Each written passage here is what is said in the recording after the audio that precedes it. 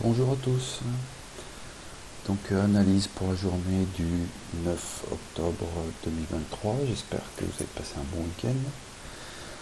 Donc ma routine matinale, c'est toujours la même. Je vais d'abord regarder ce qui va se passer dans la journée au niveau fondamental. Comme je trade le Bund, qui est l'obligation 10 ans allemande, je me concentre surtout sur les annonces économiques, donc allemandes, européennes, françaises, italiennes, espagnoles et évidemment les news américaines et canadiennes, ainsi que les news de Grande-Bretagne. Donc pour ce matin, nous avons à 8 heures deux petites annonces. Bon, je pense pas que ça va avoir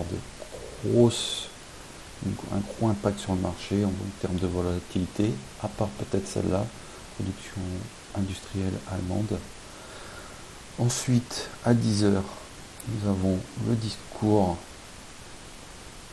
de la BCE, d'un membre de la BCE. Bon, ça, ce genre d'annonce, il faut se méfier pendant une demi-heure, trois quarts d'heure, suivant ce qu'il dit. Il peut y avoir un impact sur le marché. À 10h30, cette annonce-là, je ne pense pas qu'il va avoir un gros impact. Et à 11h15, encore un discours au niveau de la BCE. Cet après-midi, rien de vraiment spécial, plus de façon. Il n'y a pas vraiment de très grosses annonces cet après-midi. Donc le marché, ce matin, devrait fonctionner, il ne devrait pas avoir de surprise. Et ni de range énorme en attente d'une annonce de l'après-midi. Ce que j'aime bien faire aussi, c'est aller voir le VIX.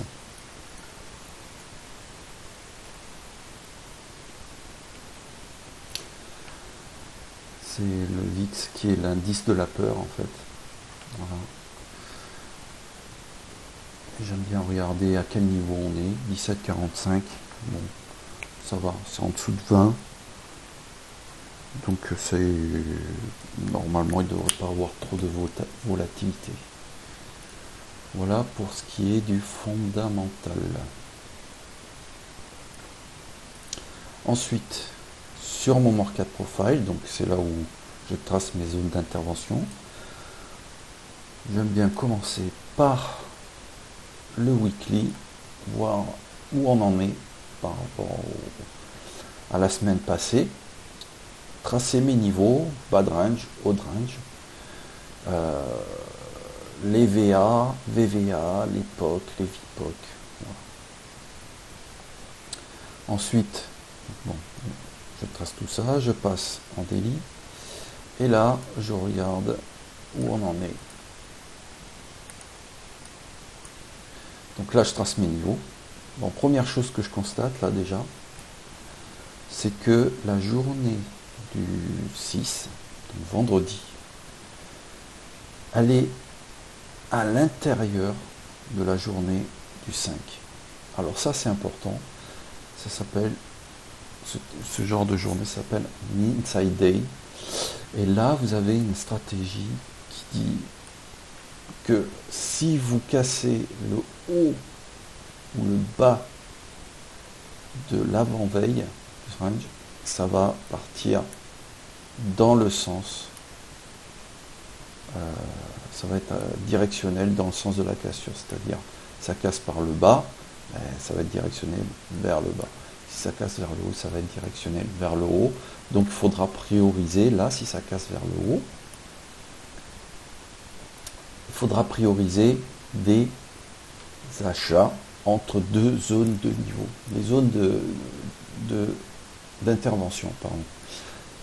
Entre deux zones d'intervention, si ça casse le haut du range, il faudra privilégier des achats.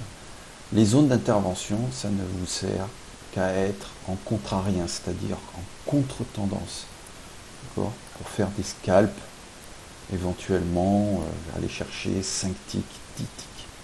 Voilà. Mais sinon, le mieux c'est de suivre la tendance pour ce genre de journée. Donc qu'est-ce qu'on a eu aujourd'hui?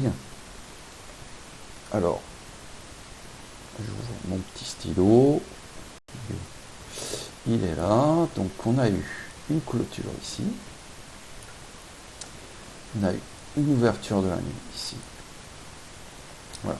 Bon, il est 6h30 du matin, donc le marché n'est pas encore ouvert à 8h. On verra ce qui va se passer à 8h. Néanmoins, là déjà, on voit qu'il y a eu, entre la clôture et l'ouverture de la nuit, il y a eu un gap. Et ce gap n'a pas été encore comblé ici. Voyez.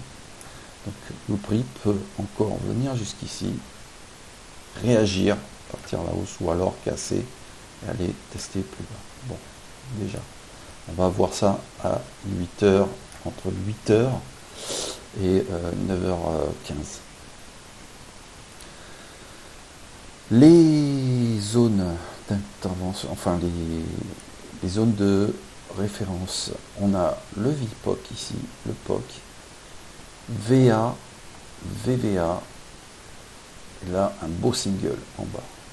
Voilà. Donc là, si on identifie les zones d'intervention pour la journée, on a ici une zone de vente en contrarien, un single qui date du 2 octobre, ici avec le haut de range weekly. En achat, donc ça c'est pour les shorts, en achat, nous avons cette zone qui est intéressante, la zone du VPOC ici, clôture POC, cette zone d'achat qui est intéressante. Cette deuxième zone ici, qui est POC weekly, VVA. Cette zone-ci, VPOC weekly, et le single. Voilà. Vous voyez qu'à chaque fois, les zones d'intervention, en plus, correspondent soit à des zones de volume, soit à des zones de creux de volume. Voilà pour la journée. Si vous avez des questions, n'hésitez pas à poser dans les commentaires. Vous savez comment faire. Je suis à votre disposition. Bonne journée.